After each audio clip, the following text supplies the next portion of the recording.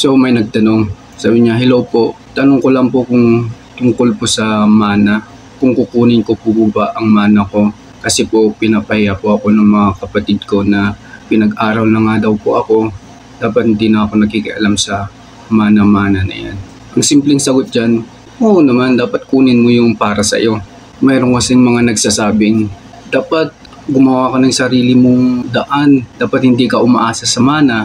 Dapat magsumikap ka. Dapat hindi mo inaasa sa future mo yung mana-mana mo na yan. May point naman. Pag-iisipin mo, may point naman yun. Dapat magsumikap ka, sarili mong sikap dapat. Pero yung para sa'yo, para sa'yo. Kasi mahati mo yun sa ilalim ng batas natin, di ba? Kasi sabi ng batas natin, yung magkakapatid na yan, dapat hati-hati sila sa property o yung mga mamanahin nila sa mga magulang nila. Siyempre pag nawala na yung mga magulang nila. So ginawa yun ng batas para mapanatili pa rin sa isang pamilya o isang angkan ang mga property. Diba? Para sa mga next generation pa, tuloy-tuloy nasa pamilya pa rin o nasa angkan pa rin nila yung mga property na yan. Hindi naman sinabi sa batas na yung nakapag-aral dapat hindi na yan hahatian kasi nakapag-aral na yan eh. Hindi rin sinabi sa batas na yung malaki ang naitulong sa mga magkakapatid, dapat mas malaki na ang masishare niya doon sa property, sa mga mamanahin ng mga magkakapatid. Kasi siya nga ang nagpakahirap para tumulong sa mga kapatid niya. Kaya nga dapat hati-hati ang mga magkakapatid naman. Kung yung namatay naman na isang kapatid o magmamana naman yung share niya, yung mga anak na by right of representation. So nang magre-represent sa walang nanay nila o tatay nila, pwede rin yung isang kapatid, tanggihan niya yung mana niya, pwede rin yun. Hindi niya nalang kukunin yung mana niya kung may sarili siyang dahilan. Bakit ayaw niya tanggapin yung mana galing sa mga ninuno niya, pwede rin yun. So dapat mo bang kunin yung mana mo na para sa'yo? Siyempre naman, share mo yun eh. Hindi naman share yun ng kapitbahay mo.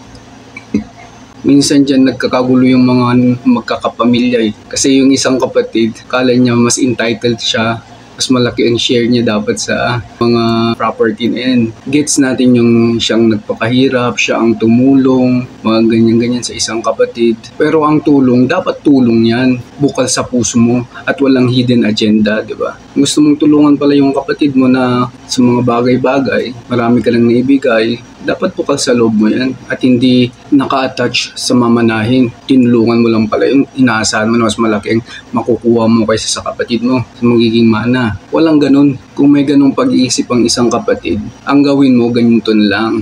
Kuha ka ng papel, isulat nyo yan sa papel. Magiging kontrata niya, yun na yung mga nakuha sa'yo, mga itutulong mo, hindi yung tulong kundi utang para klaro kayong dalawa para hindi sa future mag-aaway-away kayo dahil sa parte ng mga mana nyo na nga dapat sa ganyan ihati-hati naman dapat. Tsaka yung kapatid naman na tumulong at tsaka yung tinulungan, kung may utang na loob naman, alam ng natulungan yon, balang araw tutulungan ka rin yan.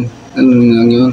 Dapat nagtutulungan kayo kasi magkakapamilya kayo eh. Hindi yung idadaan nyo sa mga mana-mana kasi nga mas malaking naitulong ng isa, mas malaki yung sakripisyo ng isa. Huwag kayong magigilty sa share nyo. Share nyo yan eh. Nasa batas yan. Yung may mga pinagsasabi na mga ganito, ginigil trip ka, kaya pinapahiya ka, wala kang utang na loob, mga ganyan-ganyan. Hindi kung ganun ang usapan, nilagay sana sa batas yan. Dapat magkautang na loob ka, ganyan-ganyan, huwag mo nang kukunin yung mana mo. At the end of the day, opinion ko na nakasad naman sa batas at yung opinion mo, hindi naman magmamatter yun eh. Ang susundin pa rin natin at the end of the day, yung batas eh. Ano ba yung nakasulat sa batas? Kaya, huwag magpasupil, makikalabaw. So yun lang, bukas ulit.